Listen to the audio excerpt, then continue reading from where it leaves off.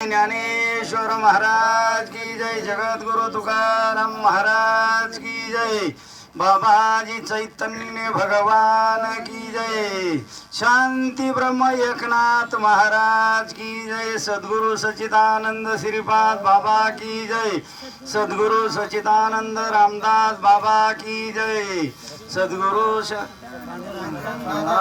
बाबा की जय।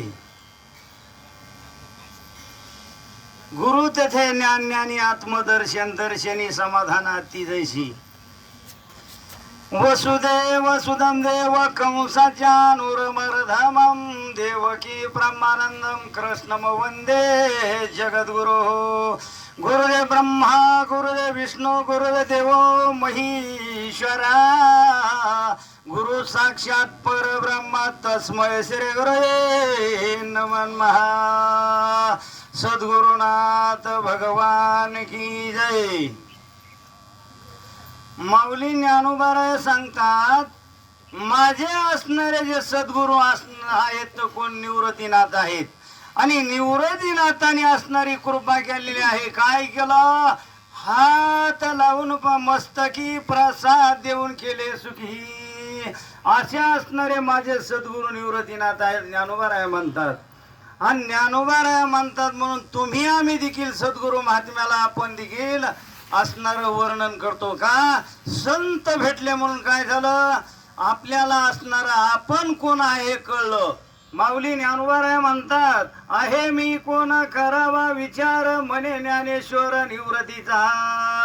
आपण कोण आहे? आपण आपला विचार करायचा, कशासाठी जन्माला आलो, काय करायचं, होतं कुठं, आलं कुठं, जायचं कुठं हे कळलं पाहिजे। माऊली ज्ञानोबाराय म्हणतात, संतांची कृपा झाल्यावर काय होणार नाही, करील तो काय नोहे महाराज परिपाय बीज सुद्धांगी। देवाची आणि संतांची कृपा झाल्यावर काय होणार नाही, काही होऊ शकतं। कशामुळं? ज्या वेळेस माऊली ज्ञानोबाराय असणारे पैठण ह्या क्षेत्राच्या ठिकाणी असताना एका म्हशीच्या असणाऱ्या रेड्याच्या काय झालं, तो मस्तकावर हात ठेवला होता आणि सांगितलं, बा बोल रे म्हणले रघुवेद। आणि त्या टायमाला असणारा म्हशीचा रेडा येत बोलला, तस ह्या ठिकाणी आज तुमची आमची भेट झाली योगायोगानं, तर तुमच्या पशी बसलेला हा दोन पायाचा रेडाचे पण असणाऱ्या सद्गुरु शांताराम बाबाच्या मस्तकावर हात ठेवलेला त्यांना, म्हणून हा रेडा बोलू लागलेला आहे बरं का। नाही तर मी रेडाच होतो, कधी शाळेत गेलेलो नाही, कुठं काय नाही, येऊन जाऊन सदा रानात राहणार होतो। पण संतांची कृपा झाल्याच्या नंतर काय होतं? संत कृपा झाली अलंकारली माझी वाणी। संतांची कृपा झाल्याच्या नंतर आपोआप वाणी बोलायला सुरुवात होती का? आपला भाव त्या पद्धतीने असावा। भाव बळे आकळे रवी न कळे का? की त्या संत महात्म्याने सद्गुरु महात्म्याने आपल्याला काय दिलेलं आहे? असणार महावाक्याचा बोध असणारा तुम्हाला आम्हाला दिलेला आहे। काय म्हणले? तत्वतमासी म्हणजे जग ब्रह्म आहे, आपण ब्रह्म आहे। तत्वतमासी म्हणजे देवता आपण, असा जो बोध आहे ते संत महात्म्याने तुम्हाला आम्हाला दिलेला आहे। काय झालं? त्या संतांचे काय उपकार आहेत? केले उपकार सांगू काय, बापन करी ऐशी माय, धर्मे त्यांचे देखील पाय, दिला अक्षया भयदान गा। असे संत महात्मे भेटल्याच्या नंतर काय होणार नाही? संतामुळं आपल्याला जगामध्ये असणारा देव दिसतो, देव कळतो। कशामुळं? सद्गुरूच्या कृपेमुळं। सद्गुरु महात्मे समर्थ असतात। कशा असतात? जसा म्हणले एखादा लोखंडाचा म्हणले विळा आहे, किंवा एखादा लोखंडाचा धातू वस्तू आहे म्हणले, पण काय झालं? ते लोखंड असणारं परिसाच्या सानिध्यात गेलं तर म्हणले काय होतं? लोखंडाचा विळा परिसा झगटाला मागली या मोला मागून या। तसं म्हणले सद्गुरु महात्मे संत महात्मे परिस आहेत। परिसाच्या सानिध्यात जर आपण गेलो तर म्हणले जीवाचं सोनच होतं बरं का, देहाचं नाही होत। नाशिवंत देह जाणार सकळ, हा नासका तुसका देह आहे म्हणले, हे जाणार आहे म्हणले। पण संतांची कृपा झाल्याच्या नंतर ह्याच ध्यान म्हणले काय होतं, भगवंताची प्राप्ती होती. संत महात्मे तुम्हाला मला शिकवताना सांगतात, भाऊ जरा विचार करायचा म्हणले. शरीर कसं आहे म्हणले, शरीर रोगाचे भंडार, शरीर दुःखाचे कोठार, शरीर उत्तम चांगले, शरीर सुखाचे घोसले, शरीरी साधे होय केले, शरीरी जोडे परब्रह्म. ह्या शरीराला जपण्याचं कारण एकच आहे की ह्या शरीरामुळे असणारा भगवान परमात्मा प्राप्त करून घेता येतो. नाही तुमच्या आमच्या आपल्या हृदयात जो असणारा भगवंत आहे तो आपल्याला जाणून घेता येतो बरं का. ओळखायचा आणि दाखवायची वस्तू नाहीये. जर एखाद्याने विचारलं तुम्हाला देव भेटला सांगतात दाखवा, हा दाखवायची वस्तू नाहीये का. की जसं तुमच्या आमच्या नाकामध्ये सुवास चालू आहे, आकाशामध्ये हवा आहे का नाही. माऊली ज्ञानोबा म्हणले, पै गगन केवढे गगनी पवन तेवढाच असे सहज हलविल्या येगळा दिसे वेरी गगनची गगन तो. तसं तुमच्या आमच्या नाकामध्ये हवा चालू आहे, वेगळी काही एकच आहे, बदल नाहीये. तसा भगवान परमात्मा असणारा सूक्ष्म रूपात प्रत्येका सूक्ष्म रूपाने असणारा प्रत्येकाच्या हृदयामध्ये आहे. आणि माऊली ज्ञानोबा तेच म्हणले, ज्ञानदेव म्हणे नाम हे सुलभ सर्वत्र दुर्लभ विरळा जाणे. का म्हणले माऊली ज्ञानोबा, सर्व ठिकाणी असणारा देव आहे. जळी तळी काष्टी प्रवती सर्व घटी राम भरला रीता ठाव नाही उरला. चौकड भगवान परमात्मा आहे. आणि माऊली म्हणले की आम्ही सर्वत्र दुर्लभ विरळाची जाणे. म्हणले आता एवढा भरून पुन्हा अजून असणारा वेगळाच आहे म्हणले. ते माऊली म्हणले ते आम्ही जाणला. कशामुळे जाणला की आमच्या सद्गुरूच्या असणारा कृपा आशीर्वादानं आम्ही तो जाणला म्हणले. आणि आम्हाला ओळखू आला कशामुळं, संतांच्या कृपेमुळं, संतांच्या सानिध्यात गेल्यामुळं असा बदल झाला असं माऊली ज्ञानोबा म्हणतात. का म्हणतात की ज्या ठिकाणी भगवंत आहे तिथं संत आहे. चार वेदानं सांगितलं. चार वेदाचं नाव काय म्हणले, ऋग्वेद सामवेद यजुर्वेद अथर्ववेद असे चार वेद आहेत. चारी वेदानं सांगितलं भगवान परमात्मा देव कुठं आहे. आपण मात्र इकडं तिकडच बघतो बरं का. तीर्थाच्या ठिकाणी पाहतो, कुठंतरी पाहतो. गाडगे महाराज म्हणायचे, तीर्थी धोंडा पाणी देवरो खळा सज्जनी, तीर्था जावो निकाये केले, चर्म प्रसाळिले वरी वरी. तुका म्हणे पापेन जाती तीर्थाची या बापे. संत महात्मे म्हणले की आपण तीर्थाला जातो ना अंगावरचं पाप धुतो. तीर्थ ते पाप अंगावरचं घेतं पण अंतकरणातलं पाप जात नाही महाराज. अंतकरणातलं पाप जातं ते सद्गुरूच्या असणाऱ्या वाक्यानेच जातं. माऊली ज्ञानोबा म्हणले, भ्रांतीपासून हिरतले गुरु वाक्य मन धुतले, आत्मस्वरूपी घातले हरुनिया. त्या गुरुच्या वाक्याने मनाचा असणारा मळ जातो, एरी जात नाही. असणारा आपल्या तुम्ही म्हणता आमचं मन कशाने मळलं. संत महात्मे सांगतात मन मळत संकल्प विकल्प कल्पना माया मोह गुण दोष असा असणारा तो मळ आहे त्या मनावर अंतकरणावर. म्हणून ते मन असणार शुद्ध व्हायला पाहिजे. निर्मळ चित्त झाले नवनित्त येऊन गोपाळ राहे तेथ. निर्मळ असणारं चित्त होण्यासाठी फक्त नाम आहे बरं का, नाम.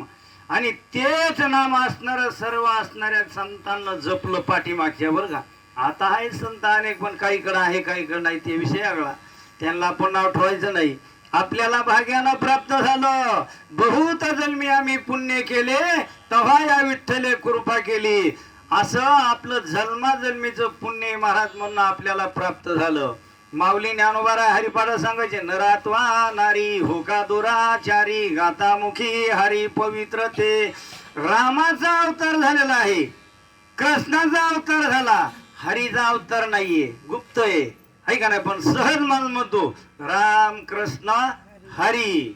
हरी हा जसा गुप्त असणारा अवतार शब्द आहे तसं नाम मात्र गुप्त आहे. आरतीमध्ये लिहिलेले ना संत महात्म्याने सांगितलं, लोपले ज्ञान जगी हिच निनंती कोणी, अवतार पांडुरंगा नाव ठेविले ज्ञानी. खरं जे तत्व आहे, खरं जे ज्ञान आहे ते लोपलेलं आहे बरं का, गुप्त आहे. पण आपल्यात असणारे हे आता वारकरी संप्रदाय फिरून बघा ते म्हणत नाही ज्ञानेश्वर माऊली लोपले, ज्ञानेश्वर माऊली लोपले नाही, या चौकड आहेत. हा जे ज्ञान आहे हे लोपलेले का, की हे गुपित ठेवलं कशामुळं, जर पण तुम्हाला आम्हाला सांगितलं असतं तर गुरु भक्ती राहिली नसती, गुरुला किंमत राहिली नसती. कसं म्हणले असते, उघडा मंत्र जाणार रामकृष्ण हरी म्हणा, रामकृष्ण हरी रामकृष्ण हरी भेटन कवा तरी चलून दे, वड माळताना तानी वड माळताना तानी आहे का, काही चालय काम काय, हातात माळ घेते जेव्हा सुरू करते का. पण इथं विचार करायचा, माऊली ज्ञानवर सांगतात, ज्ञानदेव मौन जप माळ अंतरी थरोनी शिरहारी जपे सदा.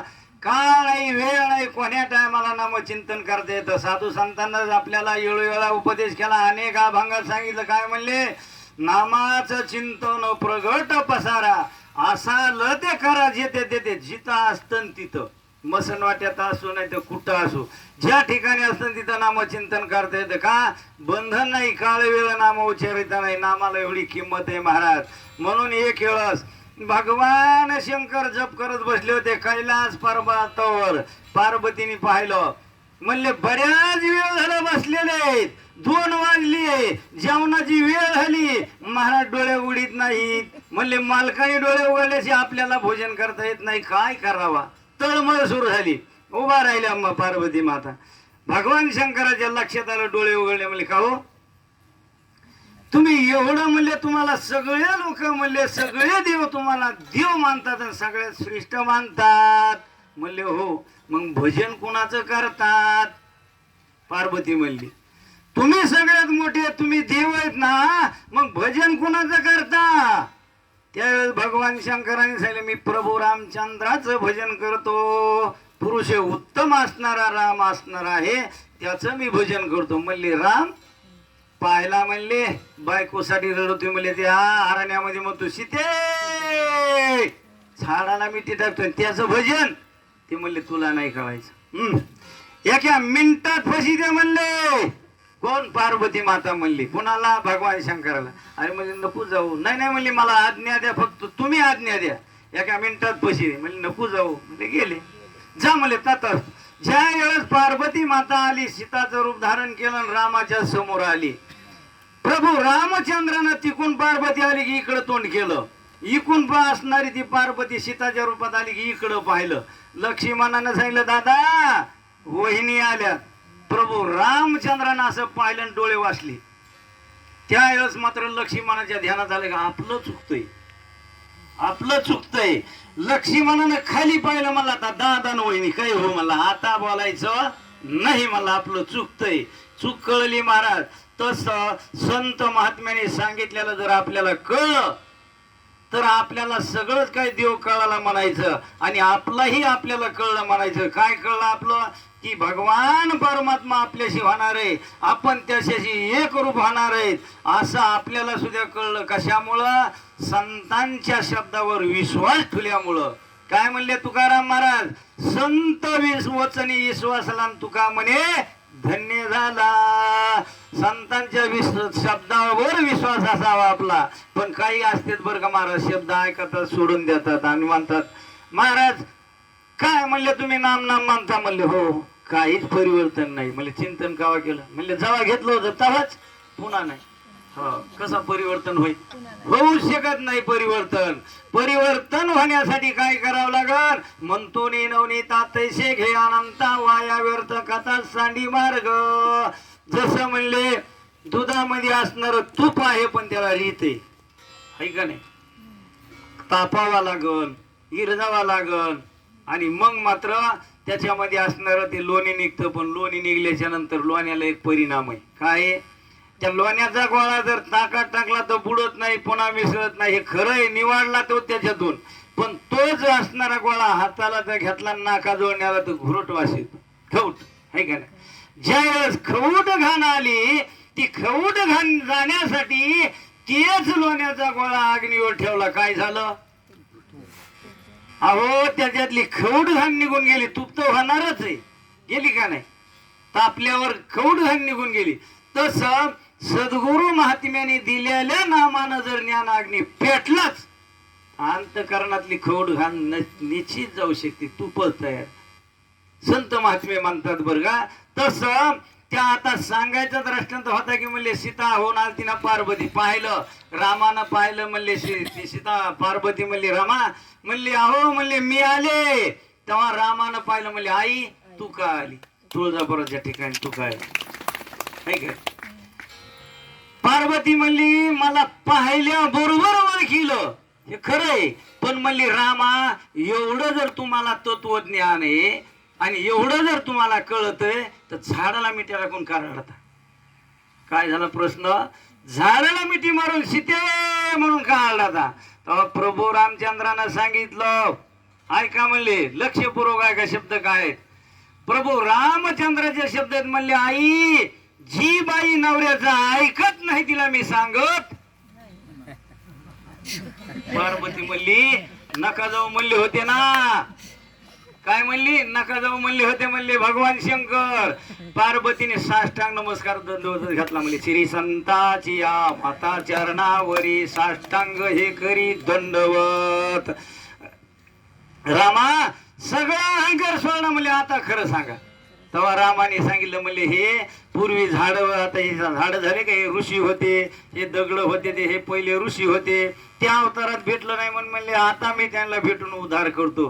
खरं पटलं महाराज. आणि भगवान शंकराकडे पार्वती गेली म्हणजे तुम्ही ज्याचा जप करता ते मला आता लगेच द्या. कुठं दिलं, बद्रिकाश्रमाच्या ठिकाणी. नवनाथ ग्रंथामध्ये वर्णन आहे. बद्रिकाश्रमाच्या ठिकाणी ते पार्वतीला तो नाम दिलेला आहे.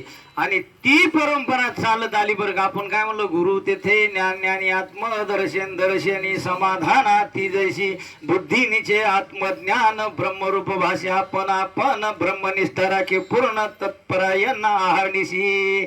बरोबर आहे का, माऊलीची जोडी ना आहे का नाही. तसं ती परंपरा चालू झाली म्हणले मग मच्छिंद्रनाथाने गोरक्षनाथाला दिलं आणि गोरक्षनाथाने असणार गहिनीनाथाला दिलं. ज्या वेळेस गहिनीनाथाला अनुग्रह असणारे गोरक्षनाथ देत होते तेव्हा भगवान शंकर तिथं प्रत्यक्ष आले. काय म्हणले नाथा म्हणले ह्यांना चांगल्या प्रकारे अनुग्रह द्या. कशासाठी म्हणले मला पुढं अवतार धारण करायचा निवृत्तीनाथ या नावानं आणि यांचा अनुग्रह घ्यायचा आहे.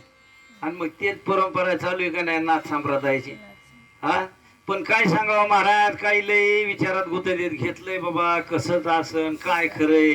हो जरा बारकाईने विचार करायची गोष्ट प्रकार शास्त्र बघायचं नाही बघणं झालं तर थोडं ऐकायचं लक्षपूर्वक आपाप मेळ बसतो. हो त्या ग्रंथामध्ये वर्णन तसं आहे. म्हणून माऊली ज्ञानोबा म्हणले की गुरुजवळ ज्ञान आहे म्हणून राम केला ब्रह्मज्ञानी कृष्ण गुरु सांदीपनी या मराठीच्या नगरी ब्रह्म विद्याचा सुका करी घेणे देणे सुखाची वरी हो दे या जगाला. रामाने गुरु केला. रामाने गुरु कशामुळे केला की गुरुचं महत्व आहे. कृष्ण भगवंताने देखील अनुग्रह घेतला संदीपन ऋषी कोण का घेतला की सद्गुरु शिवाय सल्माचं कल्याण होत नाही, जीवनाचं सार्थक होत नाही. म्हणून सद्गुरूची गरज आहे महाराज. सद्गुरु श्री गुरु आणि गुरु पुष्कळ. एकनाथी भागवतामध्ये ओवे जो जो घेतला जयाचा गुण तो तो गुरु केला मी जाण गुरुशी आले अपार पण सगळं जगच गुरु आहे म्हणली आहे का नाही. तुम्हाला काही विचारलं तुम्ही सांगितलं की गुरु. पण संत महात्मे शिरगुरु महात्मे आपल्याला आपल्या जीवनाचा जन्म मरणाचा फेरा चुकवतात आणि भगवान परमात्म्याजवळ जाण्याची वाट दाखवतात. कशी आहे ते म्हणले. म्हणून प्रभू रामचंद्राला रामायणातला विषय बरं का थोडा लक्षात ठेवा ऐकायला. हा ज्यावेळेस रामाला अनुग्रह झाला वचिष्ठाने अनुग्रह दिला राम चिंतनाला बसला. मी थोडं वाचलेलं आहे ते. चिंतनाला राम बसला तेव्हा राम समाधिस्थ झाला. काय झालं लागली समाधी लोप धले नाधी कोण देहाते संभाळे. प्रभू रामचंद्राच्या चिंतनाला बसले असेच बसले पण विश्वामित्र टपकालेला होता यज्ञासाठी न्यायचं होतं ना. वचिष्ठाला सांगितलं ह्यांना जागा करा यज्ञ बंद पाडला तेव्हा हात लावला. पहिल्यापासून परंपरा आहे. काय केलं वचिष्ठ ऋषीने रामाच्या डोक्यावर असा हात ठेवला आणि सावध केलं. म्हणजे रामा डोळे झाकून बसण्यासाठी आलेले नाही म्हणले. मग तेव्हा राम त्या समाधीतून असणारे म्हणजे चिंतनातून बाहेर निघले म्हणले आता मला काहीच गरज नाही. म्हणजे का? सद्गुरु महात्म्याच्या कृपेने मला सगळंच काही कळलं, सगळंच काही मिळलं, मला आता काहीच करायची गरज नाही म्हणले. ज्ञानेश्वरीमध्ये किती भक्त सांगितलेले? 4. अर्थ, अर्थार्थी, जिज्ञासू आणि ज्ञानी. चौथ्याच्या ठाईन काहीच करणे नाही. अर्थ भक्त ते स्वार्थासाठी सगळी भक्ती करतो. अर्थार्थी भक्ती मोक्ष सगळं प्राप्त व्हावं अशासाठी. आणि ज्ञानी भक्त तो चौथा जो असतो ना ज्ञानी, ते जिज्ञासू म्हणले त्याला, तो काहीच करायची गरज नाही. ते म्हणत असतो माझ्या सद्गुरूने दिलेलं हे मला भरपूर झालं, आता मला कसलीच काही गरज नाही. केव्हा बी मी असणारा चिंतन करीन आणि भगवंताची प्राप्ती करून घेईन, माझ्या मनाला समाधान मिळन, मला काही गरज नाहीये, असा तो चौथा ज्ञानी भक्त असतो. म्हणून 4 भक्त ज्ञानेश्वरी मध्ये सांगलेले. आणि ज्यावेळेस कृष्ण भगवंत सांदीपन ऋषीच्या आश्रमात गेले, हरिजय ग्रंथामध्ये 20वा अध्याय, लक्षपूर्वक आहे का, 20वा अध्यायामध्ये अर्ध्याच्या नंतर ओव्यात भगवान श्रीकृष्णाला सांदीपन ऋषीने अनुग्रह दिलेला आहे. अंगावरचे रोम उभा राहिले, घाम आलेला आहे, हातपाय थरथर कापले, अशा ओव्यात त्या ठिकाणी बरं का.